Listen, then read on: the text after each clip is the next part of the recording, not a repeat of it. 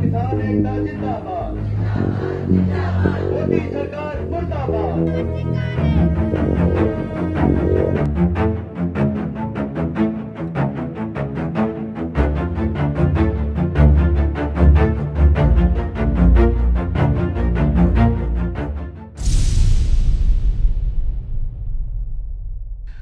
अस्सलाम वालेकुम दोस्तों, आप देख रहे हैं पाकिस्तान नाउ, जहां हम आपको देते हैं साउथ एशिया की वो हकीकतें जिसे मेन स्ट्रीम मीडिया छुपाता है, लेकिन हमसे कुछ नहीं छुपने पाएगा।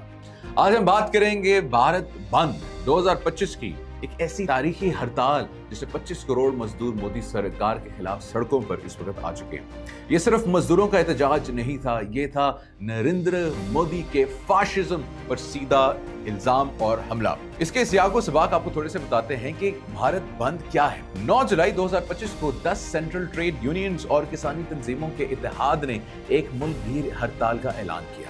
इस हड़ताल ने banking, postal, transport, coal mining, construction और इंडस्ट्रियल सेक्टर्स के निजाम को है ठप करके रख दिया। इसका मकसद क्या था? इसका मकसद था नए मजदूर दुश्मन कवानीन का खात्मा, अवामी असासों की निजकारी का रोक, रोजगार और तहफ्फुज के हक की बहाली, और जो नए लेबर कोड्स मोदी ने इंट्रोड्यूस किए हैं वो शोशान का नया निजाम। मोदी सरकार ने 4 नए लेबर कोड्स इंट्रोड्यूस किए, काम के औकात में इजाफा किया है, मजदूरों के यूनियन बनाने और हड़ताल का हक छीन लिया गया है, एम्प्लॉयर वायलेशंस को डीक्रिमिनलाइज करते हुए एक और गैर मुनसिफाना पेंशन सिस्टम थोपते हैं। ये रिफॉर्म्स नहीं, कॉर्पोरेट शिकंजा है जिसे मोदी ने मोदीनॉमिक्स का नाम दिया है। इंडिया में बेरोजगारी आसमान से बात कर रही है, सरकारी नौकरियां खाली हैं, नौजवान फ्रस्ट्रेटेड हैं और सरकार रिटायर्ड लोगों को वापस भर्ती कर रही है। धुबरी असम, मुसलमानों की बेदखली, और जब हम मोदी सरकार की फाशिज्म की बात करते हैं तो असम के जिला धुबरी में होने वाले 2000 मुसलमान खानदानों की बेदखली का जिक्र बहुत बहुत जरूरी है। 5 जुलाई से एविक्शन ड्राइव जो है वो शुरू हुई है भारत के अंदर, और अदानी ने अप्रैल में साइट का दौरा भी किया। तकरीबन 3400 मेगावाट का थर्मल पावर प्लांट बनाया जा रहा है उसी जगह पे।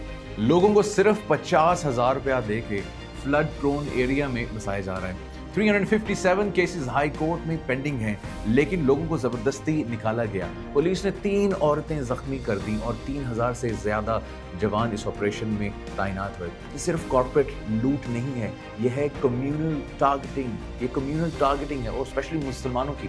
मजदूर तंजीमों ने 17 पॉइंट्स का चार्टर दिया है।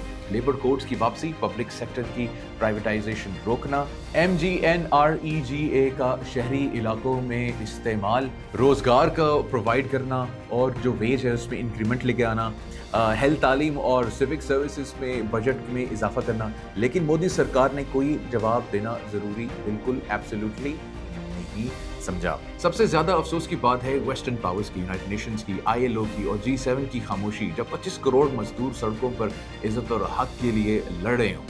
मगरबी हुकूमतें सिर्फ मोदी के साथ अपनी स्ट्रेटेजिक और इकोनॉमिक इंटरेस्ट निभा रही थी। ये खामोशी गैर जानिबदार नहीं बल्कि शरीके जुर्म होना है। मोदीनॉमिक्स का मतलब होता है कि कॉर्पोरेट लूट प्लस मजदूरों का कत्ल। आज जब मुकेश अंबानी और अदानी की दौलत रिकॉर्ड तोड़ रही है, भारत का मजदूर भूख से मर रहा है। मोदी की पॉलिसीज ने मजदूरों को दोबारा से गुलामी में धकेल दिया है, और ना ही कोई मुशावरत हुई है और ना ही कोई मुकालमा हुआ है, और सिर्फ हुक्म हुआ है। नतीजा, ये हड़ताल एक वेकअप कॉल है। ये सिर्फ एक स्ट्राइक नहीं थी, ये था मोदी सरकार के ऊपर चार्ज शीट।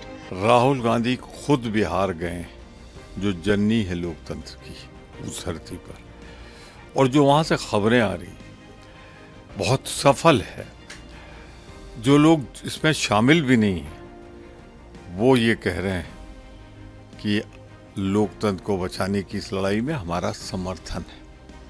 एक डरी सहमी जाती हुई सरकार का एक घृणित प्रयास जो उन्होंने किया था पहले राउंड में पार्लियामेंट में और हरियाणा, महाराष्ट्र में। बिहार के विकास के लिए कोई योगदान नहीं।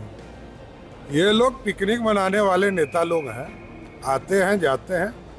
बिहार में अच्छा प्रगति देखा होगा अभी आएंगे तो एयरपोर्ट भी देखेंगे, बड़ा अच्छा एयरपोर्ट बना है। तो कांग्रेस का चेहरा दिख गया है। इनके पास कोई मुद्दा नहीं है, न बिहार सरकार के खिलाफ कोई मुद्दा है, न केंद्र सरकार के खिलाफ कोई मुद्दा है। इनको मालूम है कि इस चुनाव में बुरी तरह के से महागठबंधन को हार मिलने वाली है, इसलिए सॉफ्ट टारगेट इलेक्शन कमीशन को बना लिया है। इलेक्शन कमीशन वोट का वेरिफिकेशन कर रहा है, उस मुद्दे पर ये अदालत भी चले गए हैं और बिहार की जनता को भी तंग कर रहे हैं। बिहार बंद पूरी तरह से फ्लॉप हो गया है और दुनिया भर के इंसाफ पसंद लोगों के लिए वेक अप कॉल थी। तो दोस्तों, अगर आप समझते हैं कि मजदूरों की ये आवाज दबाई जा रही है तो इस वीडियो को लाइक करें, कमेंट करें और शेयर जरूर करें और सब्सक्राइब करें पाकिस्तान नाउ को, जहां हम दिखाते हैं असल हिंदुस्तान की तस्वीर। और मैं आखिर के अंदर ये मैसेज देना चाहूंगा हमारे तमाम भारतीय जो हैं पड़ोसियों को कि हम आपके लिए आवाज बुलंद कर रहे हैं। हम भारत में मजदूरों के लिए आवाज बुलंद कर रहे हैं। हम इंसानी हमदर्दी में आपके लिए आवाज बुलंद कर रहे हैं। हम एक अच्छे पड़ोसी होने के नाते आप लोगों के लिए आवाज बुलंद कर रहे हैं। हमारा इसके अलावा और कोई मकसद नहीं है। हम चाहते हैं कि भारत में उनके लोगों को, उनके शहरियों को, उनके मजदूरों को उनके हकूक मिले, उनको इंसाफ मिले, उनको प्यार मिले, उनको मोहब्बत मिले, उनकी ज़मीनें उनसे ना छीनी जाए, उनके बच्चों का हक उनसे ना छीना जाए, उनकी जो फसल है उनसे ना छीनी जाए, उनकी ज़मीन उनके लिए अपने ही मुल्क में तंग ना कर दी जाए। और ये आप सबको समझना पड़ेगा कि मोदी भारत के लिए सबसे बड़ा खतरा है और पाकिस्तान भारत के मजदूरों के साथ खड़ा है और पाकिस्तान अपने अच्छे भारतीय पड़ोसियों के हकूक के लिए आवाज बुलंद कर रहा है और करता रहेगा। और इसका मकसद हरगिज हरगिज हरगिज ये नहीं है कि हम आपके दुश्मन हैं या हम आपसे मोहब्बत नहीं करते या मैं एक रिवेंज के अंदर ये सारी चीज़ें बोल रहा हूँ, बिल्कुल भी नहीं।